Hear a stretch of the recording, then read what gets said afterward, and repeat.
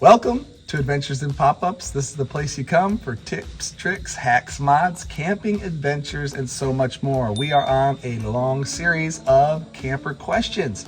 And today, do pop-up campers have air conditioning? Yeah, so some do, some don't, again. But if you're looking for one, well, first of all, you can know right away if a pop-up camper or any camper comes with a air conditioner, because almost always your factory air conditioner is in the roof. So when you look at it, you'll see the big thing on the roof. That's the air conditioner. And they're really good, and they'll freeze you out. They're great. And you might want to think about adding one. It's worth it, probably. Or just find one that has it. Yeah, they're great. It also, some people have added their own window unit if they have a spot where it can like stick out the side or stick out the back. So that is an option. Also, what we did, our first camper did not have air conditioning, so we got a portable air conditioner, and then, you know, it has like a vent, so we vented it out a zipper. If you don't know, pop-up campers, probably all of them, most of them have zippers in the corners. Emergency exits. Emergency exits. That's your air conditioning vent. Very easy to do. Where the bed and the main wall come together, there's a spot you can just zip up a little bit and throw a little 4-inch pipe out the window.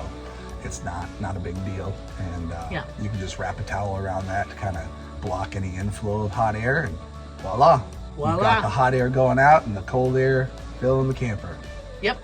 And we did. They're not quite as good, right? But they're very helpful. They'll help a lot. 10, 15, 20 degrees, which that'll make the difference, trust me.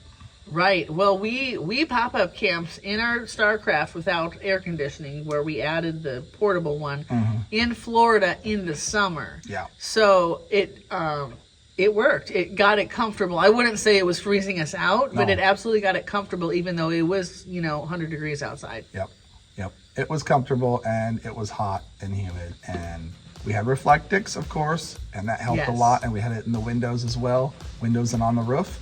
And it kept it, 15 to 20 degrees cooler than what was outside. So even though it was still, 78, 90, 80 degrees in the camper, it felt way better than what it was outside. So that may sound really hot to you, but trust me, no humidity, and it felt so much better than what it was outside. And we weren't there all the time. We were at Legoland and in the pool, and it didn't matter. But when we were in there and at night, we're sleeping, it made it a whole lot better.